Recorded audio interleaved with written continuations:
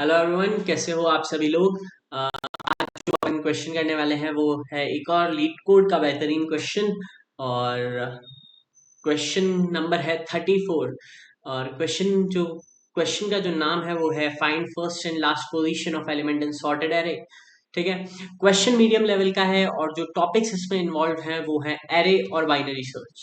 ठीक है। एरे और बाइनरी सर्च जो टॉपिक्स हैं वो इन्वॉल्व हैं। एक्सेप्टेंस रेट जो क्वेश्चन है वो है 49%। मतलब जितने लोग सॉल्यूशन लिखते हैं उनमें से सिर्फ जो एक्सेप्ट होता है वो 49% लोगों का एक्सेप्ट होता है। यहाँ पर नंबर्स की फॉर्म में भी दिया हुआ है कि कितने लोगों ने आप किया था सॉल्यूशन सबमिट और कितनों का एक्सेप्ट हुआ है। ठीक है यार। ओके। क्वेश्चन क्या कहता है, given an array of integers nums, मतलब एरे का नाम क्या है nums, sorted in non decreasing order, मतलब इंक्रीजिंग ऑर्डर में सॉर्टेड है ये एरे। ठीक है। Find the starting and the ending position of a given target value.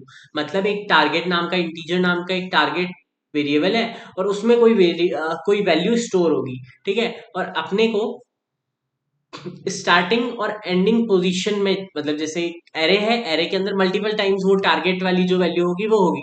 तो फर्स्ट टाइम जो वैल्यू आई वो कौन से इंडेक्स पे आई और जो लास्ट टाइम आई वो कौन से इंडेक्स पे आई वो बतानी है। ठीक है यार, समझ गए। और एक और चीज बोलिए कि अपने को जो एल्गोरिदम लिखनी है वो O of log n run time complexity में होनी चाहिए। ठीक है यार।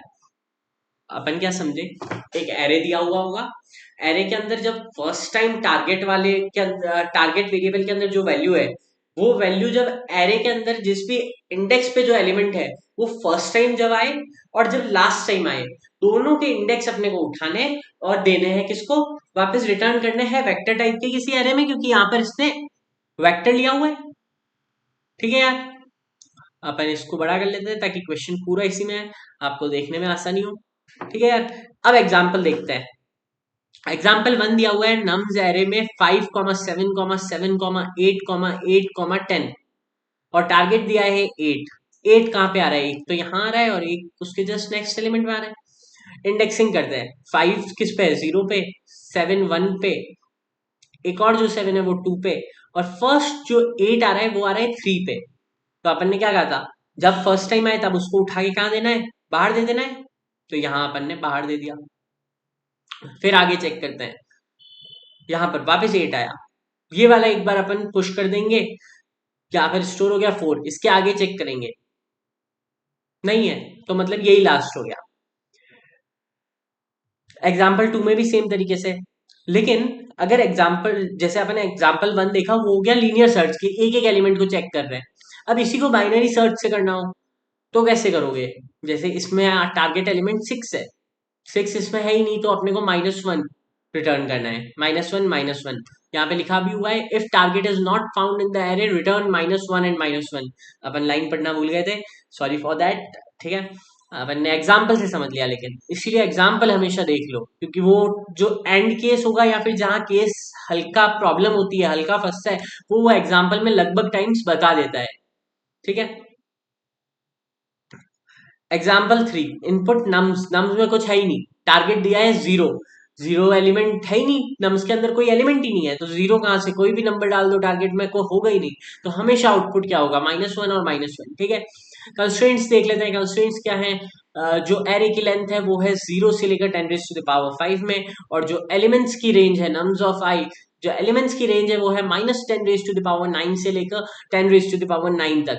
और जो नम्स है वो इंक्रीजिंग एरे है, अपन ने ऊपर पढ़ा ही था। और जो टारगेट की वैल्यू है, मतलब जो एलिमेंट जिसको अपने को फाइंड करना है एरे के अंदर, उसकी भी जो रेंज है वो है -10⁻9 से 10⁻9। ठीक है। क्वेश्चन अपन ने समझ लिया है।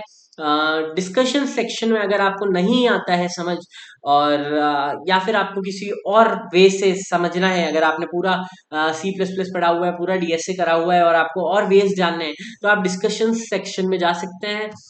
डिस्कशन सेक्शन बहुत अच्छा होता है लीड कोड का। आप बहुत सारी नई चीजें सीखेंगे। ठीक है यार। वापस क्वेश्चन पे आते हैं।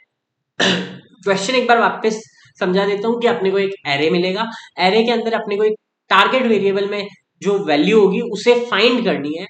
उसका क्या फाइंड करना है, उसका इंडेक्स फाइंड करना है जब वो फर्स्ट टाइम अपीयर करती है एरे में और जब लास्ट टाइम अपीयर करती है। ठीक है, तो यार इसको करने का पहला मेथड जो अपने दिमाग में आता है, फर्स्ट मेथड, वो अपन ने अभी डिस्कस किया, लीनियर सर्च। क्योंकि एरे अपने को फाइंड करना, मतलब जो एलिमेंट है वो अपने को एरे के अंदर फाइंड करना है। लीनियर सर्च, ठीक है, सर्चिंग की एल्गोरिदम लगेगी, तो एक तो लीनियर सर्च लगा सकते हैं। सेकंड मेथड क्या लगा सकते हैं? Second method binary search, binary search लगा सकते हैं। ठीक है, बाइनरी सर्च कैसे लगाएं? अगर आपने बाइनरी सर्च का वीडियो नहीं देखा है तो प्लीज बाइनरी सर्च का वीडियो देख के आए, और अगर आप चाहते हैं कि मैं एक बाइनरी सर्च पे वीडियो बनाऊं तो आप कमेंट में लिख सकते हैं, डेफिनेटली आपके लिए वीडियो बनाया जाएगा। अ, जो आप कहेंगे वो होगा। ठीक है, क्या करेंगे? सबसे पहले बाइनरी सर्च की अपन एग्जाम्पल से समझते हैं। ठीक है, तो बाइनरी सर्च में अपन क्या करते हैं? बाइनरी सर्च में अपन सबसे पहले मिड एलिमेंट निकालना, मिड इंडेक्स निकालते हैं। मिड का फॉर्मूला क्या होता है? Start plus and by two. और उसको एक स्पेशल तरीके से लिखते हैं, अगर आप लोगों ने पढ़ा होगा तो जरूर बताया होगा टीचर ने कि start plus and upon two को लिखने के लिए क्योंकि वो इंट की रेंज से बाहर चले जाता है, तो अपन लिखते हैं मिड का फॉर्मूला इस तरीके से, मिड इज इक्वल टू जो स्टार्ट प्लस एंड और ये होल डिवाइड बाय टू। ठीक है, ये लिखते हैं। लेकिन अब क्योंकि ये स्टार्ट प्लस एंड दोनों मिलके तो इंट की वैल्यू से बाहर चल जाएंगे, और मिड जो है वो इंट की रेंज में होगा। अगर मैक्सिमम वैल्यू ली स्टार्ट और एंड की तो वो इंट के बाहर चल जाएगा, इंट की रेंज के बाद। तो इसको अपन मैनिपुलेट कैसे करते हैं? Mid is equal to start plus end minus start, और फिर इसको डिवाइड बाय टू करते हैं। ऐसा करने से क्या होगा? अगर आप इसे सॉल्व करेंगे मैथ से, प्रॉपर मैथ से, तो आपको वापस यही चीज मिलेगी। लेकिन इसको मैनिपुलेट करने से एंड में से स्टार्ट माइनस होगा, सब्ट्रैक्ट होगा, तो वो एंड की रेंज में ही रहेगा। और फिर जब एंड की वैल्यू अगर मैक्सिमम भी है और स्टार्ट की वैल्यू भी मैक्सिमम है, तो ये मैक्सिमम मैक्सिमम कट के बहुत कम हो जाएगा, और उसको भी डिवाइड बाय टू कर दिया तो ये पूरा जो आएगा ये एंड की रेंज में आ जाएगा कुल मिला के। सब्ट्रैक्शन से बढ़ेगी थोड़ी रेंज, समझ गए? रेंज के अंदर रहेगा। सब्ट्रैक्शन अगर ऐड होता है, मल्टीप्लाई होता है, तो वो रेंज से बाहर जा सकता है, लेकिन डिवीजन में या फिर सब्ट्रैक्शन में नहीं जा सकता, क्योंकि एंड और स्टार्ट जो लेंगे वो भी इंटीजर की रेंज में होंगे। ठीक है यार, इसको अच्छे से आपने वैसे पहले भी समझा होगा और एक और बार आपका रिवाइज हो गया। मिड में क्या होता है कि आप मिड एलिमेंट, मिड इंडेक्स निकालते हो, और उस इंडेक्स पे अगर टारगेट के इक्वल हो गया तो अपन अ, वो वाले इंडेक्स स्टोर कर लेते हैं। ठीक है, अगर टारगेट के इक्वल नहीं हुआ, मान लो छोटा है, मिड पे जो एलिमेंट है वो छोटा है टारगेट से, तो क्या करते हैं अपन? स्टार्ट को आगे ले जाते हैं, start is equal to mid plus one, ये कर लेते हैं। और अगर बड़ा है टारगेट तो end is equal to mid minus one. तो यही कंडीशन लगानी है अपने को। ठीक है यार, तो लगभग जो अपनी कंडीशंस लगेगी, अगर टारगेट बड़ा है तो जो लगेगी वो होगी start is equal to mid plus one, ये लगेगा यार। अगर टारगेट बड़ा है, अगर टारगेट बड़ा है किससे? मिड पे जो मिड मिड इंडेक्स पे जो एलिमेंट है उससे अगर टारगेट बड़ा है, तो स्टार्ट को अपन कहाँ ला के रख देंगे? मिड प्लस वन इंडेक्स पे। ठीक है, अगर टारगेट छोटा है तब क्या करेंगे? एंड को अपन मिड माइनस वन पे ले आएंगे, end is equal to mid minus one. ठीक है यार, और अगर सेम हो गया, अगर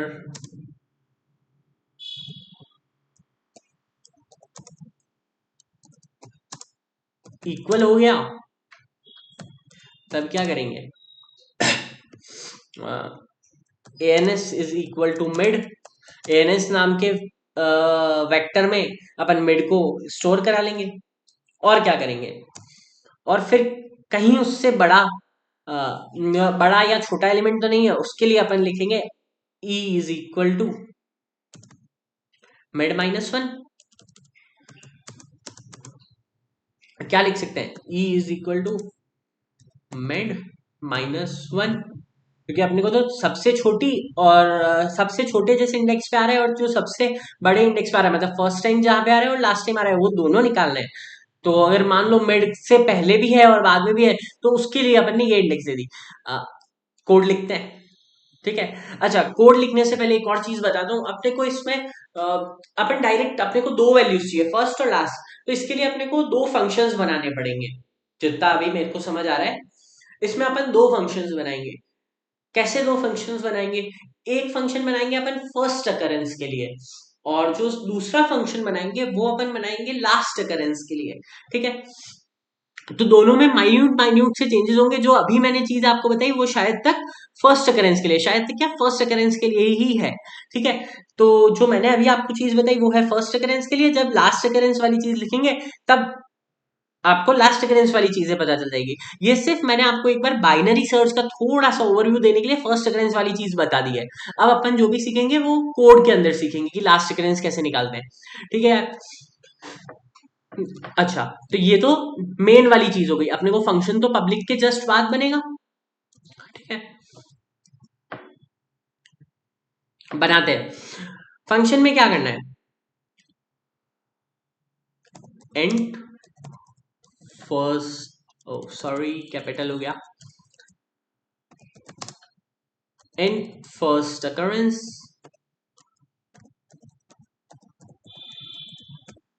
एंड फर्स्ट अकरेंस।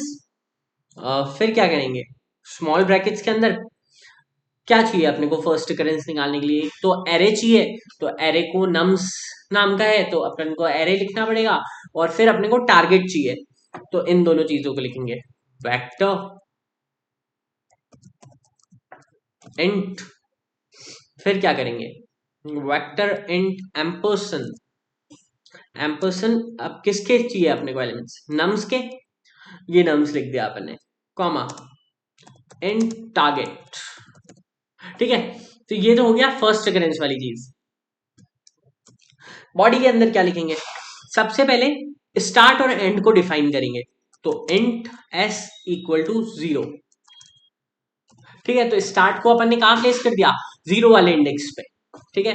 एंड को कहां करेंगे, लास्ट इंडेक्स पे। लास्ट इंडेक्स कहां होगा, जो एरे की साइज होगी -1, क्योंकि जो एरे का जो इंडेक्स होता है वो -1 से आता है, ठीक है। तो int e is equal to, अच्छा अपन मतलब एरे की साइज कैसे निकालेंगे, तो वो अपन ने पहले भी देखा हुआ है, nums dot size,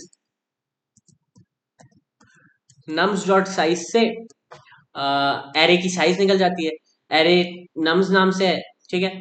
nums dot size, फिर क्या करना था, -1, ठीक है यार।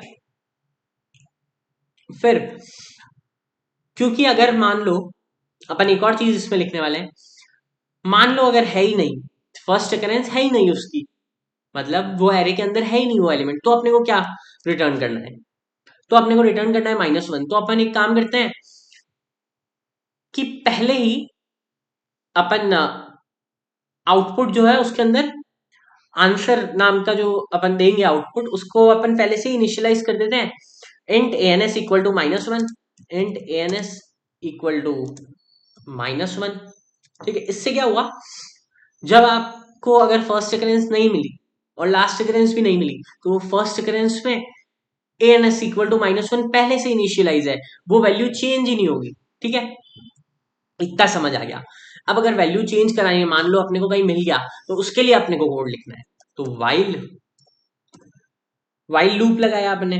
वाइल क्यों लगाया, क्योंकि अपने को इसमें कंडीशन देनी पड़ेगी कि कब तक ये चीज होनी चाहिए, बाइनरी सर्च कब तक चलना चाहिए, तो कब तक चलना चाहिए, जब तक कि एस जो स्टार्ट वाला इंडेक्स है वो छोटा है या फिर उसके बराबर है, किसके बराबर है, एंड के, एंड वाले इंडेक्स से स्टार्ट वाला इंडेक्स या फिर तो छोटा है या इक्वल है, तो s इज लेस देन और इक्वल टू एंड।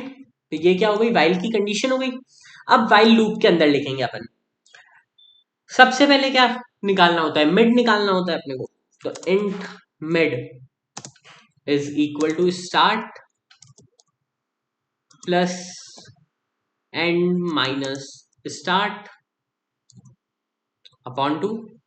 यही थी, यही चीज बताई थी मैंने आपको।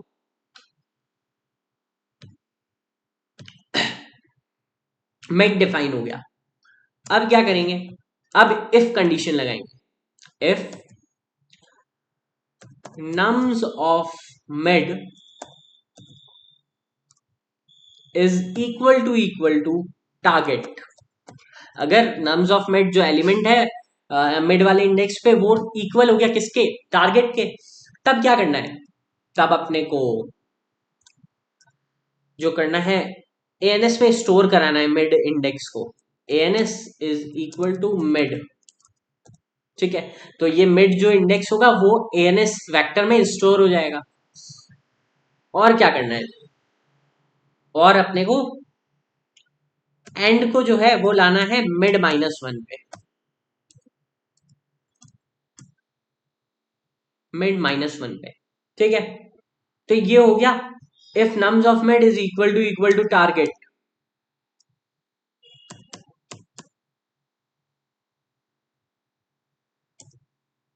ठीक है यार, एल्स इफ में क्या लिखे, दो कंडीशंस और बच रही है कि अगर nums of mid less than target है और nums of mid greater than target है। तो सबसे पहले अपन लिख लेते हैं नम्स ऑफ मिड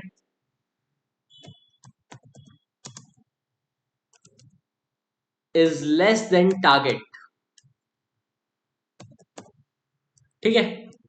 इस केस में क्या करना है, nums of mid is less than target, तो इस केस में अपने को लिखना है start is equal to mid +1। Start को कहां लेना है, मिड +1 पे, क्योंकि सॉर्टेड एरे है और मिड पे जो एलिमेंट है वो टारगेट से कम आ रहा है, तो वो स्टार्ट कहां आ जाएगा, मिड +1 वाले इंडेक्स पे, ठीक है। अब क्या कंडीशन बची, सिर्फ एक कंडीशन बची कि nums of mid is greater than target. तो अपने को कंडीशन लिखने की जरूरत नहीं है, अपन एल्स लगा के लिख देंगे, ठीक है। एल्स में क्या लिखेंगे अपन, अगर nums of mid greater than target है तो अपने को एंड को लाना है मिड -1 पे, end is equal to mid -1, ठीक है यार। ये क्या हो गया, ये कोड खत्म हो गया फर्स्ट अकरेंस के लिए। अपन इसको छोटा कर देते हैं, ठीक है यार।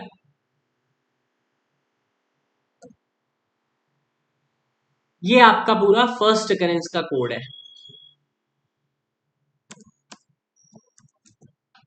ठीक है। ये आपका फर्स्ट अकरेंस का कोड हो गया, ठीक है यार। अब अपन को क्या करना है, लास्ट अकरेंस का कोड लिखना है। लास्ट अकरेंस के लिए क्या लिखेंगे, यहीं से कॉपी कर लेते हैं ये वाली पूरी चीज, क्योंकि अपने को जो मेन मेन चीजें चाहिए वो सारी चीजें जो पहले से एएनएस को इनिशियलाइज किया हुआ है, मिड का फॉर्मूला, वो सारी चीजें हर में सेम रहेगी। तो कंट्रोल V, ये आ गया अपने पास, ये फर्स्ट अकरेंस का लिखा हुआ था। अब अपन इस सेकंड वाले को मॉडिफाई करेंगे लास्ट अकरेंस के लिए। तो लास्ट अकरेंस ये वाली चीज सेम रहेगी। For finding last occurrence int s equal to 0, start भी 0 पे रहेगा और एंड भी नम्स डॉट साइज -1 पे ही रहेगा। ये पूरी चीज सेम रहेगी, सिर्फ जो वाइल भी int n s equal to -1 ये भी सेम रहेगा, वाइल में कंडीशन भी सेम रहेगी, इंट मिड का फॉर्मूला भी सेम रहेगा, ठीक है यार। अब जो मेन ये तीन कंडीशंस हैं लास्ट अकरेंस में, if nums of mid equal to target, if nums of mid less than target और एल्स वाली कंडीशन, ठीक है। If nums of mid greater than target, इन तीनों की चीजों चेक करते हैं, ठीक है। If nums of mid is equal to target, ठीक है, लास्ट अकरेंस निकाल रहे हैं और जो नम्स ऑफ मिड है वो इक्वल टू टारगेट हो गया। मतलब एग्जाम्पल में देखें तो अपने को इसमें जैसे 6 निकालना है, 6 छोड़ो, इसमें है ही नहीं 6। टारगेट है 8, 8 निकालना है। नम्स ऑफ मिड आएगा यहाँ पर। नम्स ऑफ मिड अगर मान लो यहाँ पर आता, नम्स ऑफ मिड यहाँ आया। अब अपने को लास्ट वाला चेक करना है, इसके बाद भी कहीं है तो नहीं। तो अपन कहाँ लाके रखेंगे, स्टार्ट को रखेंगे मिड प्लस 1 पे, क्योंकि लास्ट अकरेंस निकालनी है अपने को। तो अपन जैसे मान लो ये वाली चीज एक 7 होता ही नहीं, मैं आपके लिए इधर ही ले लेता हूँ इस नम्स को, कंट्रोल सी, यहाँ पर देखते हैं अपन, ठीक है, कंट्रोल वी। ये नम्स दिया हुआ है और यहाँ पर ये वाला 7 होता ही नहीं, और यहाँ पर इसके बाद एक 9 हो जाता मान लो, ठीक है। 5 इंडेक्स का है, 0+5/2, 2 आएगा, 0 1 और 2, 8 पे आ गया 2, निकालना भी 2 ही है अपने को। टारगेट क्या था यहाँ पे, टारगेट क्या था 8, और सेकंड इंडेक्स पे क्या था 8, अपने को एक अकरेंस मिल गई। लेकिन अब अपने को चेक करना है कि इस बाकी के इस पोर्शन में कहीं 8 एक और बार तो नहीं आ रहा। तो अपन जो स्टार्ट जो यहाँ पर पड़ा है, स्टार्टिंग में स्टार्ट कहाँ है, 5 वाले इंडेक्स पे, 0 वाले इंडेक्स पे, उस स्टार्ट को अपन लाके कहाँ रख देंगे, इस जगह पे। ये वाला 8 तो मिड का था, तो अपन लाके रखेंगे इस वाली जगह पे, समझ गए, मिड+1 पे रखेंगे। अच्छा, तो अपने को ये लास्ट अकरेंस वाला है, एन इक्वल टू मिड होगा ही, और जो एंड को नहीं लाएंगे अपन, स्टार्ट को लाएंगे। स्टार्ट इज इक्वल टू मिड+1, ठीक है, स्टार्ट इज इक्वल टू मिड+1 हो गया। अब अगर nums of mid is less than target है, जो नम्स ऑफ मिड है, मतलब नम्स ऑफ मिड, यहाँ पर एक और 7 आ जाए और यहाँ पर वापस 8 आ जाए। नम्स ऑफ मिड मतलब मिड यहाँ पर आएगा इसका सेकेंड इंडेक्स पे, तो 7 पे आया। नम्स ऑफ मिड क्या है, लेस देन है टारगेट, टारगेट 8 है। तब भी क्या करना है अपने को, स्टार्ट इज इक्वल टू मिड+1, एस को कहाँ ले आएंगे, एस 0 पे है, तो अपन ले आएंगे मिड+1 पे, मतलब इस जगह पे। मिड अपना ये वाला 7 आया था, अपन ले आएंगे 8 वाली पोजीशन पे, मतलब थर्ड वाले इंडेक्स पे, ठीक है, 0 1 2 3, हाँ थर्ड वाले इंडेक्स पे। तो if nums of mid is less than target, तो अपने को चेंज नहीं करना है, स्टार्ट इज इक्वल टू मिड+1। ये फर्स्ट अकरेंस में भी यही चीज हो रही थी। अब एल्स वाले में देखते हैं, एल्स वाले की क्या हुआ, nums of mid is greater than target, मतलब अगर यहां पर ही आपके पास 8 आ जाए, यहां पर आपके पास 9 आ जाए, यहां पर एक और 9 आ जाए,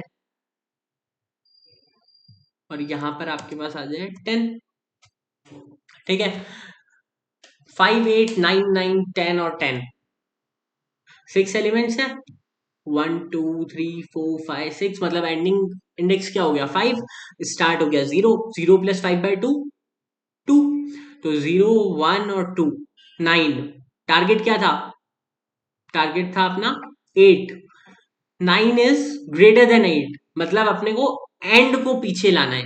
एंड पड़ा है यहाँ पे लास्ट इंडेक्स पे, 10th जहां है, इस केस में 5th इंडेक्स पे पड़ा है, इसको अपने को कहाँ लाना है, मिड-1 पे।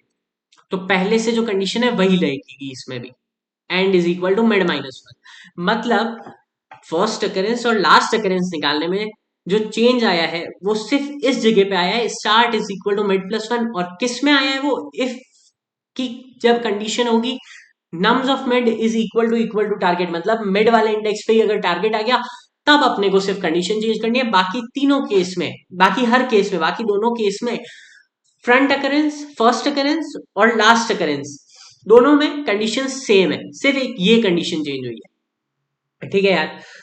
उसके बाद क्या करना है, अपन ने फर्स्ट अकरेंस में और लास्ट अकरेंस में दोनों में ही अपन ने रिटर्न एएनएस नहीं किया, मतलब इधर से कुछ रिटर्न भी तो होगा।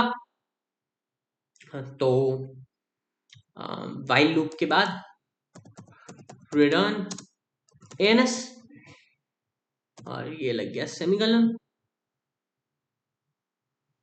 ठीक है यार। अच्छा, अब अपने को मेन के अंदर कुछ लिखना है ताकि वो फंक्शन कॉल हो।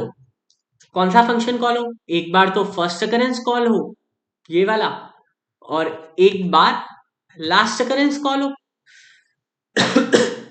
ये दोनों फंक्शंस को अपने को कॉल करेंगे तभी तो ये पूरा बाइनरी सर्च लगेगा। तो अपने को इस मेन के अंदर लिखना है। क्या लिखेंगे मेन के अंदर? रिटर्न। क्या करेगा रिटर्न? ब्रैकेट के अंदर, ब्रैकेट यहां पर कर्ली ब्रैकेट आएगा। ठीक है, ब्रैकेट के अंदर लिखेंगे अपन फर्स्ट अकरेंस। फर्स्ट अकरेंस को कॉल करने के लिए अपने को कौन सी दो चीजों की जरूरत पड़ी थी? नम्स और टारगेट की। तो यहां पर अपने को स्मॉल ब्रैकेट में लिखना है नम्स कॉमा टारगेट। ठीक है, फिर अपने को किसे कॉल करना है साथ में? Last occurrence. ठीक है, लास्ट अकरेंस के लिए भी अपने को क्या चाहिए था? Nums comma target. तो नम्स कॉमा टारगेट। ठीक है यार, यही चीजें चाहिए थे अपने को। और फिर अपन लगा देंगे सेमीकोलन। ठीक है यार, अब इसको अपन जो अपन ने सोचा था समझा था इसको अपन हटा देते हैं। तो ये आपका पूरा कोड हो गया। कॉपी कर लो। ये हो गया फर्स्ट अकरेंस के लिए। ठीक है, ये हो गया आपके लास्ट अकरेंस के लिए, और ये हो गया आपका मेन में जो लिखना है। ठीक है यार। अच्छा, रन करते हैं।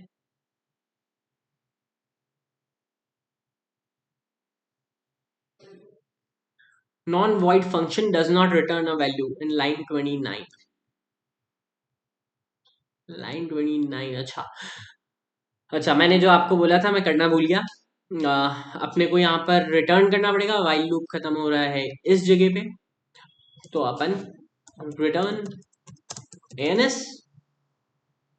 ठीक है यार, रिटर्न एएनएस कर देंगे। ठीक है, इससे भी रिटर्न हो जाएगा। अच्छा, चलो देखते हैं। अच्छा, मैंने आपको बता दिया था, आप पे शायद कर लिया होगा, मैं करना भूल गया था।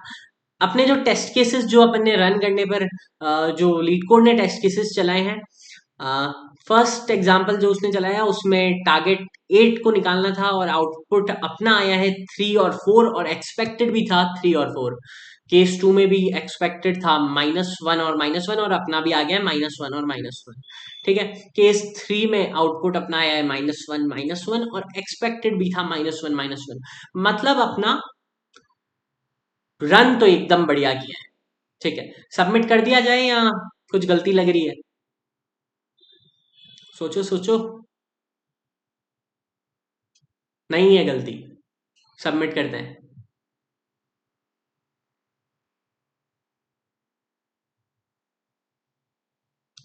ओके, रन टाइम 0 मिली सेकेंड, और बीट किया है अपने 100% ऑफ द सॉल्यूशंस को। और मेमोरी जो लगी है वो है 17.47 MB, और बीट किया है 88.76% लोगों को। मीडियम लेवल का क्वेश्चन है, अपन ने बहुत अच्छा किया है। मैक्सिमम लोग जो है वो 17.5 7.6 MB स्टोरेज वाले बार में है, और अपन उनसे थोड़ा सा आगे हैं, ज्यादा आगे नहीं है। 17.4 या 0.1 0.2 MB ही कम ली है। लेकिन बहुत सारे सॉल्यूशन जो मैक्सिमम 0%, ओके, जो मैक्सिमम लोगों ने सॉल्यूशंस किया है वो 16.8 और 16.7, मतलब मिनिमम लोगों ने, और जो सबसे बेस्ट एक्यूरेसी इन मेमोरी है वो 16.7 16.8 MB है। करेंगे अपन भी, लोड ना लो। ठीक है, ये अपना कोड है, इसमें अगर आपको ढंग से समझ आ रहा हो, ये अपना कोड है। ठीक है, ऐसे ही बेहतरीन क्वेश्चन और करते रहेंगे यार। आ, बने रहे। और thank you for watching the video. Like करना अगर पसंद आया तो। चैनल को अपने ज़्यादा से ज़्यादा दोस्तों को शेयर करो, वीडियो को शेयर करो। जितना लोगों तक पहुंचा सकते हो पहुंचाओ। सब्सक्राइब करना चैनल को. Don't forget to like, share and subscribe the video. That's all from my side. See ya.